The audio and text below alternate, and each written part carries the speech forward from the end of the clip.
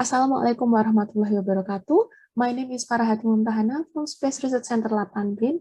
Today I will present my research with Professor Taufik Hidayat about spectral line survey on Uranus at the millimeter sub-millimeter wavelength using ALMA.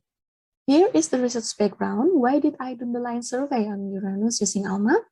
Well, among all the solar system planets, Uranus is the most unique object with its extreme rotational axis, very low internal heat, and questionable interior structure.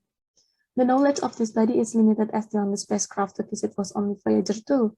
Meanwhile, Uranus became more important to study since the exoplanet finding today state that ice giant seems to be the most common type. With the cutting-edge technology, many Uranus observation has been carried out from multi-wavelength instruments such as ALMA. The sensitive radio interferometer frequently observed Uranus from time to time, mostly as the calibrator. And the narrow spectral resolution and wide windows of ALMA is very suitable for spectral line survey studies. The next is the previous Uranus spectroscopy observation regarding the discovery of carbon monoxide. Starting from Martin et al. In 1993, search CO, also SGN, which was successful in Neptune, but not in Uranus. The first detection of CO was found in infrared by Encarnas in 2004. Then Cavalier tried to look for it at the sub-millimeter with IRAM and GCMT, but only get the upper limit value. Not giving up until there, Cavalier and Encarnas looked for CO in sub-millimeter in 2012 and finally obtained the result of the first detection of CO in sub-millimeter using Herschel spacecraft. Due to the low internal heat, Uranus' atmospheric condition is not as crowded as other planets. However, this finding motivates us to conduct a line survey, especially to the related molecules. With the background, we aim to survey the Uranus spectral line over the various spectral windows of ALMA. This is the data method. Atacama Large Millimeter and Sub-Millimeter Array consists of 66 antennas with the longest baseline up to 16 km, located on the Chile and the dry climate at a very high place. It can cover a large frequency range divided in several bands. The huge ALMA data were downloaded from its archive using download script by filling up this query form based on our criteria. Then we use the program named CASA, the Common Astronomy Software application with a Python interface.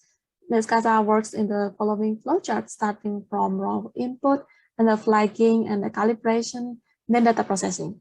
The further data analysis was carried out with plot, MS-CASA, and wavelet filtering with calibration line script. The detected line frequency lines, especially CO and SGN, were matched with a molecule catalog named Platalo. This table shows sums of the frequency of the rotational lines. Then, confirmation with the radioactive transfer initial analysis were conducted with NASA Planetary Spectrum Generator. The model was carried out using a hydrostatic equilibrium atmosphere with a vertical profile of 15 layers from Mark 10 and Mars 2005. This is the profile of the atmosphere and element abundance on the models. So this is the results and analysis of a spectral line survey. It can be seen from this pie chart where P is project, T data, and S is spectral windows. Of all the 451 spectral windows obtained, only 17% of them produce feature to 116 lines. The following is the entire table of the survey results. There is some information such as resolution, noise, molecule candidate, and if we can see, most of the detected line coincide with the frequency of organic compounds such as metal format, acetons, ethylene glycol, and so on, which have many rotational lines and it making difficult to validate. In addition to, the average of signal to noise ratio is low, below 3. Thus, it can be said that the overall results of this table are still on the tentative detection. Within the table, some spectra contain telluric lines or features of the Earth atmosphere. Therefore, it is necessary to identify whether the lines come from Uranus or Earth atmosphere. There is the example of telluric absorption line appears in the Uranus and other objects, in which I exclude them from the detection candidate. Next are some prominent lines detection at the frequency of aceton, methyl format, and ethylene glycol. The first two profiles were observed at the band 6, while the last image were observed at band 7, which also contains the telluric because it was also detected at the other calibrators. The net result are some detected lines at the methanol frequency. Surprisingly, this profile were found at wide resolution of 5,000 kilohertz observed from band 8. As we can see, there are 4 windows. Each contain 2 prominent methanol lines at the frequency around 482 gigahertz. Below each picture are observation date, amplitude, and noise. These methanol are the important molecules related to life and hasn't been found in the Uranus before, as far as I'm concerned. Yes, yet these results still uncertain because methanol also has many rotational lines. Furthermore, these are the detection at some rotational line on CO. The first 2 images are spectrum from the same data but different spectral windows, while the following 2 images were observed at a different period. At the CASA plot, it appears that there are many emission and absorption lines, which the boundaries and noise for are somewhat unclear. But after the wavelet filtering, several profiles that coincide with some molecular lines appear, though we have only focused on the detection of CO here. The molecular line of CO322 was obtained the first image, while the second image contains the isotope of 13 CO. The last 2 images show the absorption lines, which correspond to CO322. Nevertheless, all of the SNR are signal to noise ratio are very low, and there are too many undulations to the noise floor, so that it is doubtful whether the spectrum are real CO lines or not. Finally, the sharp profile of CO frequently were found as the most prominent among all observed lines. The data were carried out with 7-meter mosaic array with resolution of 488 kilohertz. These features detected on the band 6, which lies within the frequency of CO221. It can be seen from this plot that the emission profile is very sharp, reaching around 8 Jansky, but after the wavelet filtering, it reduced by half. Although there is a slight shift in the frequency, it is quite strong suspicion that this molecule is probably CO.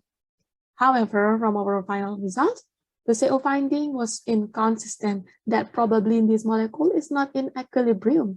Due to the low internal heat and the vertical convection pressure in the inner atmosphere, the molecule can be disequilibrium before they emerge in the surface. The initial studies of the radiative transfer model has been carried out in order to confirm this detection. This slide shows the methanol and CO model, as both are prominent and appear in several data. The left panel is for methanol, showing 2 peaks as in our result, but similar profile also appear in the noise component. While from the telluric contribution, so spotlight also have absorption at the same frequency. Accordingly, we doubt that these lines are methanol or not. Different from methanol, the CO model is actually quite appropriate, although there is a fairly high frequency shift and the absorption continuum appears, but eventually in the noise component, the CO contribution only comes from Uranus, while the telluric graphs shows no absorption, indicating that the line is not contaminated. Therefore, if there is a line in that frequency, it certainly comes from Uranus. Finally, to conclude, there are several remarks. The line detection on Uranus is quite difficult. Though sensitive instrument and large amount of survey data have been used, Uranus may be devoid of phenomena in its atmosphere due to the lack of internal heat source to trigger the chemical reaction to form the molecules. This inconsistency of CO finding is in line with the previous research that CO molecules on Uranus decrease with altitude and is not in equilibrium. So it's most likely from external source such as comet maybe. And the last, the detection of CO221 on Uranus can be the good news finding because previously the CO rotation line has never been found with a ground-based telescope in millimeter, especially ALMA. However, to declare it as a real detection, more findings in various frequency bands such as 7, 8, zone are needed as a complementary data. It is also necessary to add correction factors such as rotational effect and other relevant factors.